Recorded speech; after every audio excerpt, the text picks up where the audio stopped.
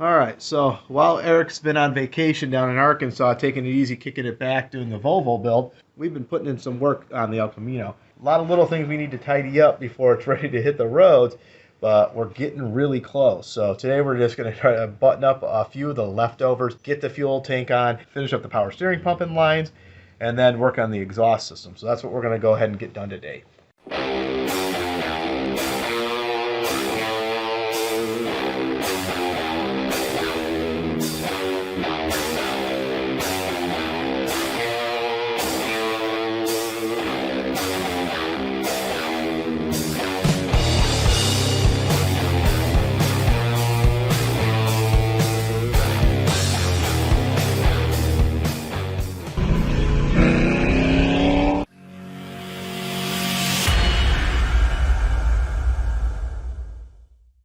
All right, so just a little bit of a update on where we're at now. We got the power steering taken care of, and what we went ahead and did, and it's really hard to see, let's get some light over here.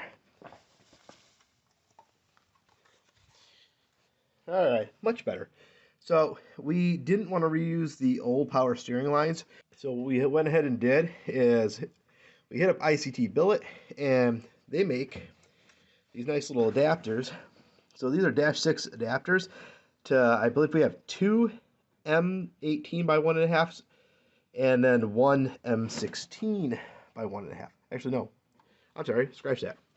I think we have an M16, M16, and an M18. So those are the sizes you'll probably need for these. I'll go ahead and drop some links in the description. What we did is we pulled out, originally these things had some brass bushings in there, so they're inverted flares from factory, and the truck power steering pump is not.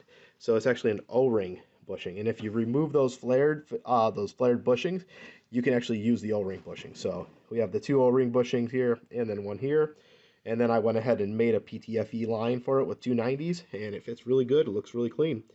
So I'll show you guys real quick. So I'm hanging out here with my hose. So we're going to go ahead and start making the high pressure line for the power steering pump. As you can see, I already got one end put on there. So the only thing we have left to do other than that is to cut this hose to length and install our other PTFE fitting. So we're going to learn how to do that one real quick. All right, so PTFE lines are very different than any of the other AN fittings you're probably used to. Kind of a big distinction is the fact that they will come with this. It's called an olive or a ferrule. Not a will ferrule, but a ferrule. So this piece will actually go between the sheathing and the inner hose. The inner liner of the hose will fit right in between these two sections here.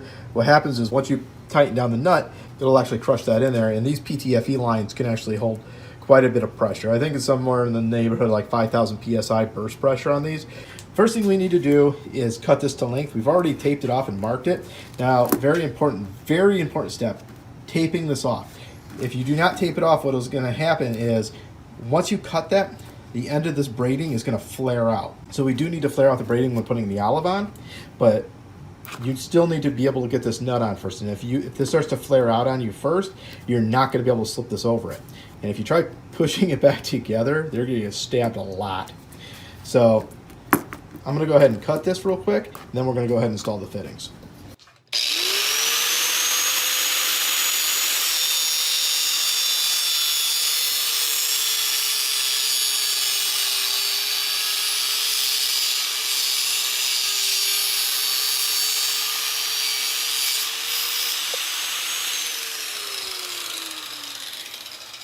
See, nothing wrong with that. Works just fine. All right, so fitting these up are pretty straightforward. You're gonna put the flare side down on these PTFE fittings, and these are actually way easier to install than, say, your like oil fittings, your non-PTFE, you're just your regular AN on braided lines, because these actually slip over really, really easily. Now, on your regular AN lines, these don't slip over so easily. What they do is they actually kind of thread onto it, and because they don't go all the way down. They'll sit right about yay. This piece will actually thread into the edge of your fitting, and those two pieces are actually what's going to make that friction to hold it there. On PTFE lines, you have to deal with the olive, with the ferrule. And that's what's actually going to make the friction there, because you actually have 3 points of contact making that friction. So to get this on, we actually have to flare out the end of this. So we're going to remove the tape once we put this on. Once we put that on, remember, this goes on first.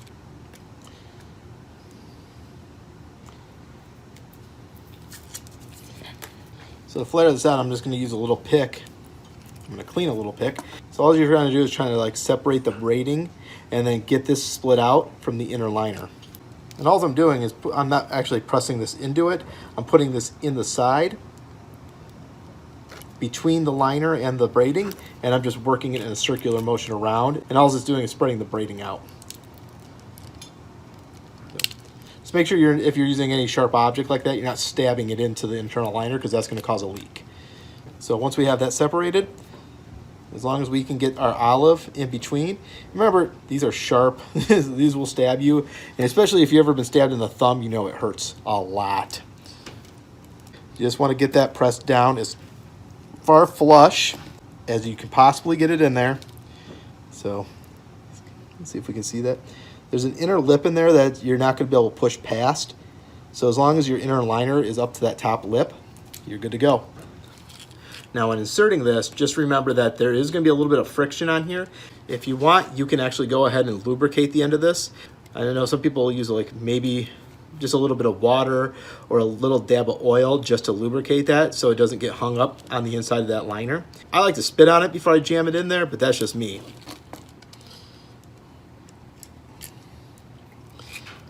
These PTFE fittings go together really, really well. So as you see, I'm all the way bottomed out against the ferrule. Ferrule's all the way bottomed out against the PTFE line. And now all we have to do is raise this up here and thread it on. We're just going to tighten this down by hand until it snugs really nice and tight, and then we're going to put it in the bench vise for the rest of it. Now another tech tip, just the tip.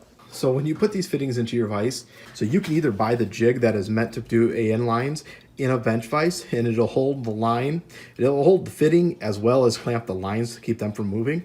But if you're not working with it, please don't forget a couple pieces of angle aluminum in there to keep from marring up these aluminum fittings. So all I did is just cut a couple pieces of scrap angle aluminum, put it in the vise, then clamp these down, and just get them snug. You're just getting them snug enough, about as much as a wrench would hold it normally. And then we're gonna turn this side by a wrench. Don't squeeze these too hard because you can deform them and then it'll crush the threads on the inside. So just keep that in mind. When you're tightening these down, don't treat them like they owe you money. Be nice. Now you see I got my custom AN wrench here. Yep. High dollar custom AN wrench, the specialty kind that you're supposed to be using for these. Just don't pay too much attention. I mean, we're not going for SEMA show quality here.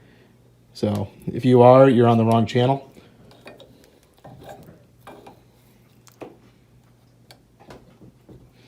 Whew. Now, I try to get these as close as possible without buttoning them up against each other. I mean, you don't need to strip the threads out. They have to be nice and snug. I try to line these two up, you know, because otherwise it will bug me to no end. But remember, these are swivel, so don't worry about that too much when you're installing it. You can swivel them to straighten them out. But that's it. So these are the fittings we're using. You can see they actually got the O-ring on the bottom. And this is a spare, this one's M18 by 1.5 thread pitch. And then it gives us a nice little -6 AN fitting. So right there.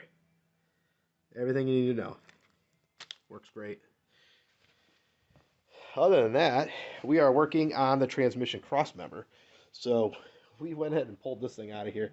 This big, ugly son of a... Got this one out and scooch underneath here. So that thing was taking up quite a bit of space, and one of the reasons we're getting rid of it is right about here. It came down really, really low, and it would have been near impossible for us to run the exhaust system underneath it. We would have had to drop it really low to get it past here.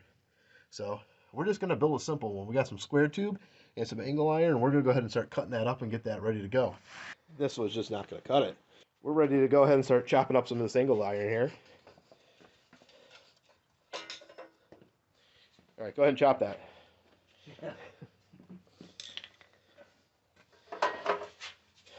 Remember, cut 3 or 4 times, measure once and a half.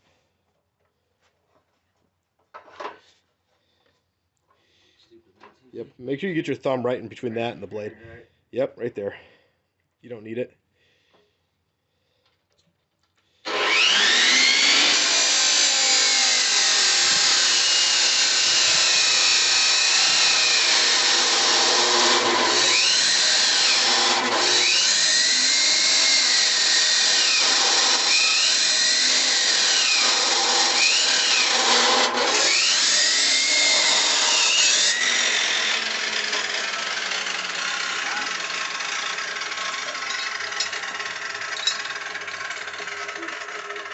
Like a hot knife through butter, right? I don't really like that bottom part. Yeah, I know. All right, just need 2 more of those, and we're actually good to go. And then we got some square tube here. So we got some 1 1/4 square tube that we're going to use as the actual body of it. And this is going to give us a lot more room to kind of drop that exhaust around it.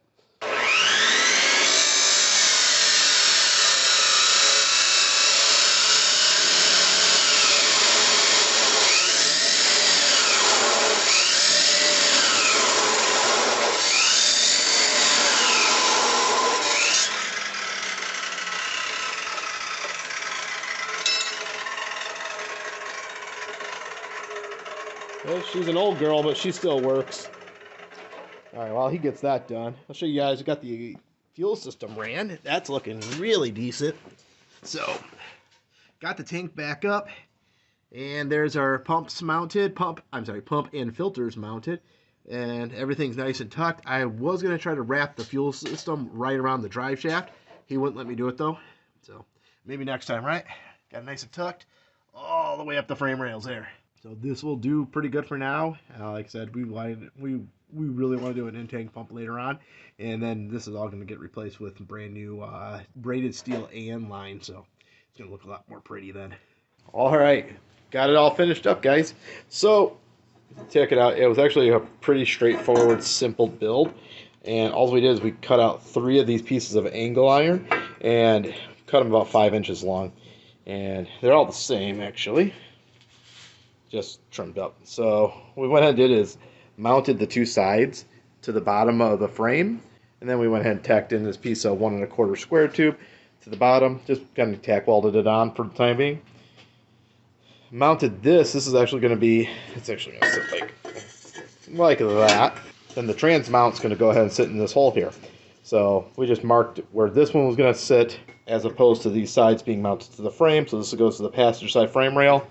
This one goes over to the driver's side frame rail, and then what we're going to do is drill a couple 3/8 holes in the frame on each side, and then we're just going to go ahead and through bolt these into the frame. Plenty strong enough. This actually fits real snug too. Like when we had this thing just kind of propped in there, and it was pinched in enough that it just held itself in there. But once that was in place, we just went ahead and measured for the location of this bracket. And that is about as simple as it gets. So we have this mount now. Real simple mount. And it gives us a lot more clearance over the top to run the exhaust. A lot more than the old one. And it weighs next to nothing. So this cost about $30 to make altogether. That's it. Cheap. Easy. Ready to go. You just need to throw a coat of paint on it and it's ready to go. Nice.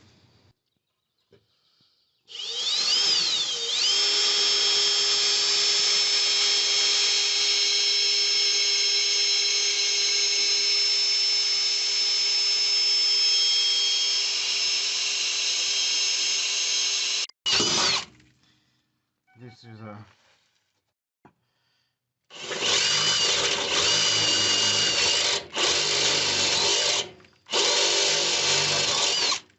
woo! It's warm, huh?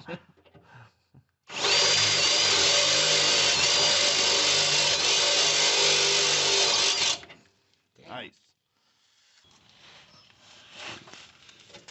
It won't be tight until we get a wrench in there, but Yeah. It doesn't need to be. Nobody cares. Can you get the front one in at all? I have to find another bolt. Yeah. Fun trying to get to that front one, Yeah, though. that front one's gonna be a bitch. Yeah, we'll have to chop that section of the frame out there, so just easier to get into it. Yeah. Got a good amount of clearance here. Might be able to get a 2.5-inch pipe kind of squished down through there. It's going to be a lot easier than it was with the old Crossmember going all the way up there. Looks pretty good, though. All right, guys, we got a lot of work knocked out on the exhaust, so get you guys a good shot of it. We got our knockoff Flowmaster 10 series off Amazon special, real nice mufflers. These ones are actually the same type muffler that's running on the LSx Swap Volvo that we just did the collaboration with. So if you guys haven't seen it, check it out. It's on our channel. It's on about 9 other YouTuber channels. We'll probably put a link for that in the description if you guys haven't seen it yet. It was a 5-day build and it was awesome.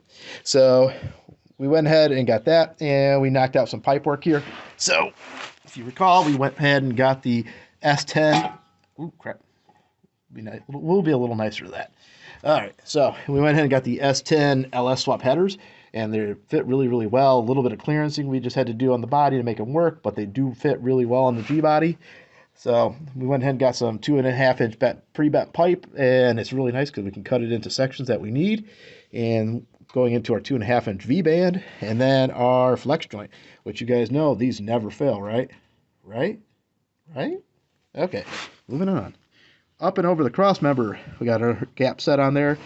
This is actually going to be a fixed section, and it's going to be mounted up to the body here, so we don't have to worry about that actually hitting there, but I am going to go ahead and put that in the bench vise and crush it down a little bit. And that'll give us plenty more clearance. But you see, with the new Crossmember, we have tons of clearance for the exhaust to go up and over, and I can fit my whole hand in there, and I can fit maybe a fingernail underneath it. So that's what we're going to go ahead and crush it down a little bit. But you see, it gave us a ton more room than we had before. All we have left to do now is everything I just did to this side, we got to do it over the passenger side. And these are just tacked in, so once we get this all done, got to run them back over to my house because all we have is a flux core over here, and we're going to go ahead and run it on the MIG and burn everything in. So we'll go ahead and keep on moving on. All right, so we got both sides completely mocked up, tacked in, ready to burn in. So I got them back over to my place, and I'm going to go ahead and start welding these things in. So it was a lot of work, and boy, am I exhausted. So we're going to go ahead and get these ones welded in fully, and they're just going to look awesome.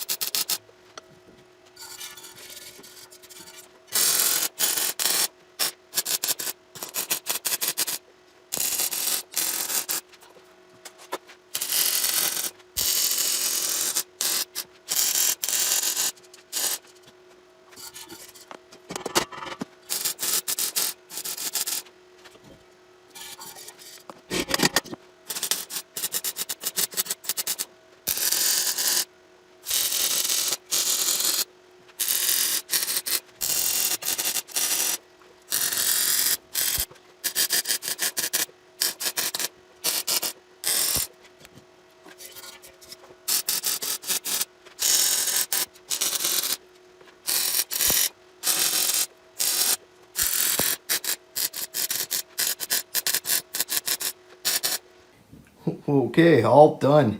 So this is really exhausting work, but anywho's.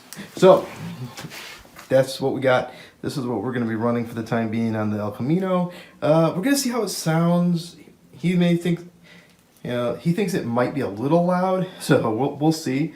And I mean, honestly, I don't know if there's a such thing, but one of the things he wanted to do is we weren't sure on how to terminate these, and he asked about doing some turn downs, and he said he was going to look for some pipes for that. And I'm like, you know what?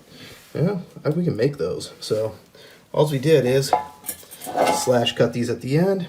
I got to clean up a little bit of burrs on the inside of there, but they look really clean and really nice. So we might hit this with a little bit of exhaust paint. So maybe some gray or some black or maybe some hot pink, but try to keep this stuff from rusting as much as possible. You're not going to really see it because we tucked this up underneath the car really, really well, but it should be pretty good. So now we just got to get these mounted up and we'll knock out the exhaust system. Get this exhaust system put back on here. It's kind of a pain to get these in. I'm not a real big fan of these 3-bolt flanges up there, but I really like the V-bands, but I wasn't going to go ahead and replace them all with V-bands. Maybe next time. The V-bands are just so much easier. One thing I didn't mention when I was doing the welding that you guys might have noticed, I had the V-bands both put together and clamped, tightly clamped together. You need to do that whenever you're welding these. The big reason why is otherwise these will warp. So when you clamp them together, it keeps them from warping. So whenever you're welding these, clamp them down. Make sure you have both the female and male side clamped together tightly, band tight. That's a big tip for you guys. So we're just getting these mounted in there, and then we'll go ahead and throw on the back half of the exhaust. So finish this up. All right, we're getting really close. So exhaust is mounted. It looks really good. Probably the best exhaust I've ever built. I'm really happy with it. He's really happy with it. I mean, that's what matters, right? Me, right? Me. So we do have to make some straps to hang those from, but that's it. Exhaust nailed. Done. Really good spot to end off this video. We don't have a whole lot left to do on this car. It is almost finished. So with what we got done today, we are practically done with this car. We have a few small minor details left, such as topping off all the fluids. We still need to run all the electrical for the digital dash that's going in here. We haven't installed the dash yet. We did get the shifter. We actually went from using the column shifter to a B&M ratcheting shifter. I don't know if we showed it yet, but we went ahead and mounted it to the floor.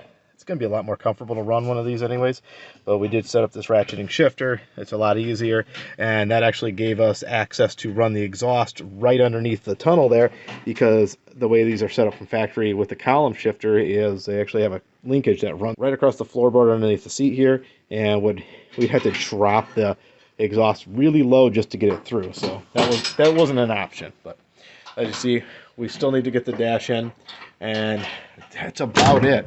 Other than making those straps to hang the exhaust, we are like dialed in and ready to go. So need to put some coolant in there. We need to refill the transmission. Oil's already topped off. Windshield wiper fluid, most important. Almost forgot about that. So hopefully next video we're putting this back on the ground and putting it back on the road. So stay tuned.